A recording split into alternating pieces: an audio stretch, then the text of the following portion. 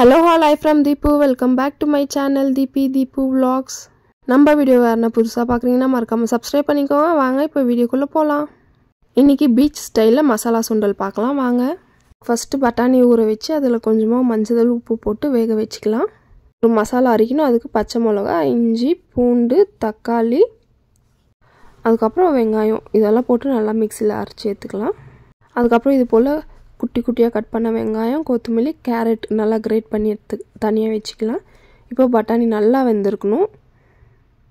இந்த பட்டாணில இருக்கிற தண்ணி செப்பரேட்டா எடுத்துக்கலாம். பட்டாணி செப்பரேட்டா இருக்கட்டும். இப்போ ஒரு pan வெச்சு அதுல கொஞ்சமா ஆயில் நல்லா சூடான உடனே கடுகு, சீரகம், கருவேப்பிலை போட்டு தாளிச்சிக்கலாம். இப்போ நம்ம அரைச்சு வச்சிருக்கிற பேஸ்ட் போட்டு நல்லா மிக்ஸ் பண்ணிக்கலாம். ஒரு 5 minutes போல நல்லா எண்ணெய் திரிஞ்சு வரணும். அதுக்கு அப்புறம் நம்ம மசாலா பவுடர்ஸ் எல்லாம் ஆட் பண்ணிக்கலாம். கொஞ்சமா தனியா தூள், கொஞ்சமா சக்தி மிளகாய் தூள், கரம் மசாலா, salt வேணா நம்ம கொஞ்சம் போட்டுக்கலாம். போட்டு நல்லா மிக்ஸ் பண்ணிக்கலாம். ஒரு 2 minutes போல வதங்கட்டும். அதுக்கு அப்புறம் நம்ம பட்டாணில இருந்து எடுத்து வச்சிருந்த தண்ணியை ஊத்தி மிக்ஸ் பண்ணிக்கலாம்.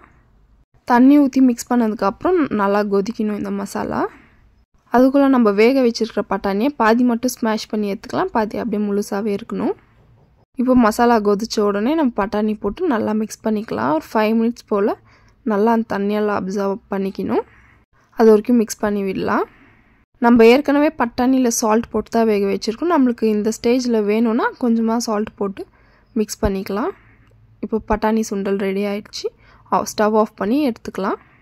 இப்போ இதை எப்படி சர்வ் பண்ணணும்னா நம்ம செஞ்சு வச்சிருக்கிற பட்டாணி மசாலா ஒரு பவுலில் போட்டுட்டு அதுக்கு மேலே நம்ம கிரேட் பண்ணி வச்சிருக்கிற கேரட், அதுக்கு மேலே வெங்காயம், கொஞ்சமாக கொத்தமல்லி, அதுக்கப்புறம் இந்த கார்ன் சிப்ஸ் இருக்கு இல்லையா அந்த கார்ன் சிப்ஸ் கொஞ்சம் மேலே போட்டு சர்வ் பண்ணி கொடுக்கலாம். ரொம்ப டேஸ்ட்டாக இருக்கும். மழை வரும்போதெல்லாம் இந்த ரெசிபி பண்ணால் ரொம்ப பசங்களாம் விரும்பி சாப்பிடுவாங்க. கண்டிப்பாக ட்ரை பண்ணி பாருங்கள். நம்ம வீடியோஸ் பிடிச்சிருந்தா மறக்காமல் சப்ஸ்கிரைப் பண்ணுங்கள், லைக் பண்ணுங்கள், கமெண்ட் பண்ணுங்கள். பாய்.